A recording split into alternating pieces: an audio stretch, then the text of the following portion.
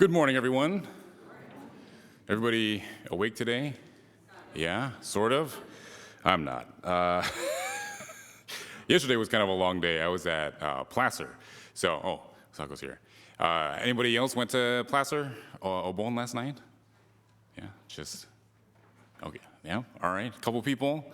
All right, everybody else missed out on a night of fun, but it's all right. It was a lot of fun.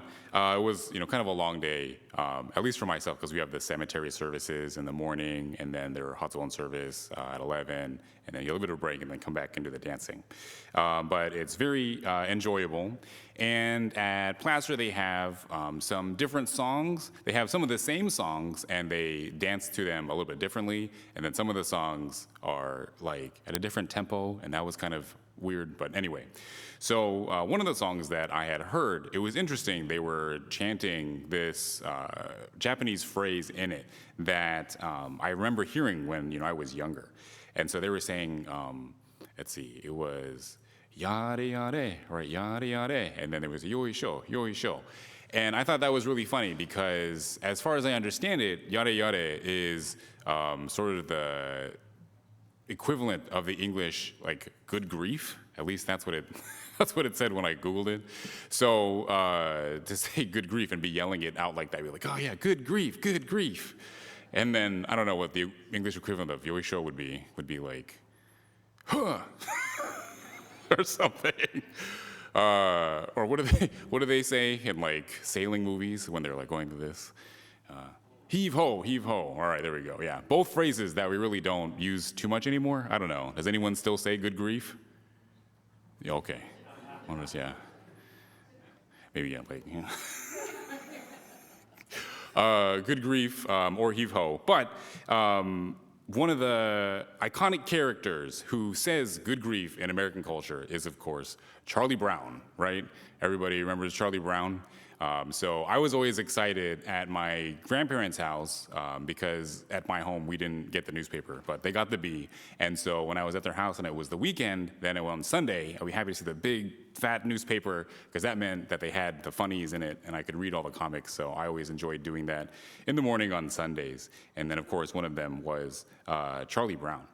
And so Charlie Brown and his adventures, there's a lot of different videos and stuff. I started thinking to myself, why do people like Charlie Brown? Because as like a protagonist, he doesn't really accomplish anything. He never kicks the football. He always seems to be upset or sad about something or causing trouble for other people. And so I looked into it.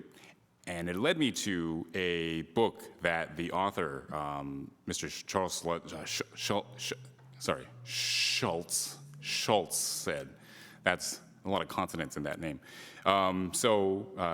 He wrote this book on how he had created Peanuts. And it was really interesting to hear the mentality behind him creating this character of Charlie Brown. So he says in the book, readers are generally sympathetic towards a lead character who is rather gentle, sometimes put upon, and not always the brightest person. Perhaps this is the kind of person who is easiest to love. I really don't know. So that's like part of it. He continues on a different page. Oh, let's see. No, for that. Winning is great, but it isn't funny. Most of us are much more acquainted with losing than we are with winning. When a person is a happy winner, there may be 100 losers using funny stories to console themselves. So I was like, oh, that's an interesting way of thinking about it, of like, yeah, most people are used to being like disappointed, and then you console yourself in some way to get over it. But this comes from the experience of Mr. Schultz. So he says, some of my ideas can be traced back. I have drawn many cartoons showing the children standing in line to buy tickets to a movie because my memories of Saturday afternoons at the Park Theater in St. Paul are so vivid. Almost nothing could prevent us from seeing the latest episode of Saturday afternoon serial and the movie that followed. One day, the theater advertised that the first 500 customers would receive a free Butterfinger candy bar. I must have been the 501st child in line, because when I got up to the window, the man said, "Sorry, that's all there is." 40 years later, I had the same thing happen to Charlie Brown. So he pulled on kind of his experience, which, looking at it is kind of like, oh, wow, kind of sad, his life, if you kind of put him in the place of Charlie Brown. But it's actually this kind of inspiring story, this story of somebody who, even though go through all these hardships, these difficulties, is constantly sort of like losing in life, still manages to get up every day and try. And so one of the quotes that sort of encapsulate this is Charlie Brown says, "Sometimes I lie awake at night and I ask, where have I gone wrong? Then a voice says to me, this is going to take more than one night." And so this was a quote that I found on one of those lists of quotes that they have populated the internet with, but it was like the top 10 saddest quotes that Charlie Brown said. So I read this and I was like, but I mean, I don't know, I guess I could see how that's sad. Because if you think that, oh, I got to get up and slog through another day. However, for my sort of perspective on it, I felt like it was really encouraging. I mean, maybe this comes from my, Jodo Shinshu background of understanding that inherently all of us are imperfect, right? There's something wrong with all of us. And for sure, it's going to take more than one night to kind of get over it. But it's an encouraging feeling of like, you're imperfect and that's okay. It's going to take more than one night. It's all right. You can keep working on it. Don't give up. Rather than like, oh, you're pretty messed up. It's going to take more than one night, so you got to keep working on it. So that kind of little bit of shift in the tone, I think, is the difference in the transformation within Jodo Shinshu, within our tradition, is this understanding of that, yes, life is very difficult. Yes, we lose a lot, and all of that is okay.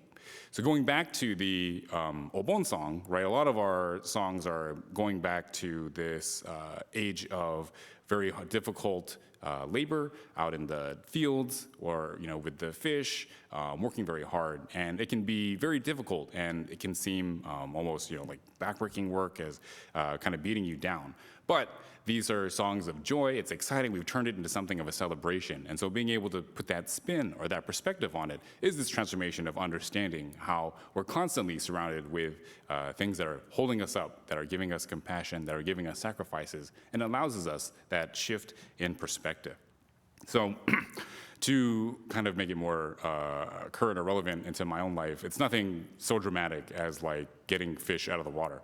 But one of the more, one of the disappointing things in my life that happened recently was I went with my daughter to I think it was like a donut shop.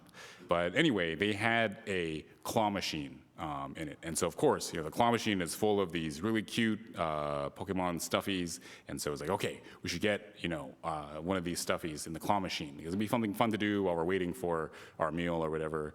And so actually I had to go get change because I don't have coins on me anymore. So I went and I got it, and then I was putting them into the machine. And of course, the claw comes. If anyone's playing the claw machine, right, it goes down, it dings the thing, and then it just kind of lightly pets it on the head, and then it goes back. It doesn't even move the stuffed animal. I don't know. So I don't know how many dollars I spent on it trying to get this, and then eventually it's like, all right, we're not going to get it. That's too bad. And unfortunately, I had to tell my daughter, like, oh, sometimes it happens. Sometimes we try to get something, and it doesn't work out. But luckily, afterwards, I had ordered these sort of like, I guess they were sort of like kid meals or something, along with the donuts. She had healthy food for the rest of the day. Don't worry. And I didn't realize it because it was the first time going there, but it came with like a little toy in it. And so she was really excited. She told me like, oh, it's okay. We didn't need that one because we got this toy. And I was like, oh, wow, what like a great sort of attitude to have. She wasn't disappointed. I mean, she was disappointed, but she was able to get over it really quick with this like new toy. And so it was a fantastic sort of time for myself and spending it with her and seeing her, go through this. But that story would have been really boring and lame if I was like, yeah, I went to a claw machine and I got it. It's like, yeah. Like, oh, okay, I guess.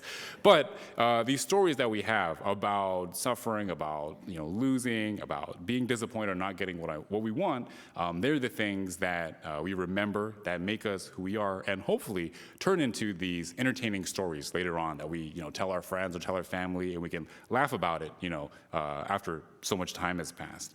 So with that understanding, it, in my opinion, comes from this You can only do that if you come from this place of understanding and gratitude. If we have this sense of how much we should be appreciative of everything that we have, then it's okay if we don't win every time. It's all right. We're going to be okay.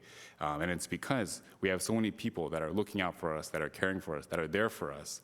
And in understanding that, we can change these losses into really more of these wins in our life. So I'd like to close with the quote from Charlie Brown. Please join me in Gasho. Sometimes I lie awake at night and I ask, where have I gone wrong? Then a voice says to me, this is going to take more than one night. Namo Amida Butsu. Namo Amida Butsu. Namo Amida Butsu. Namo Amida Butsu.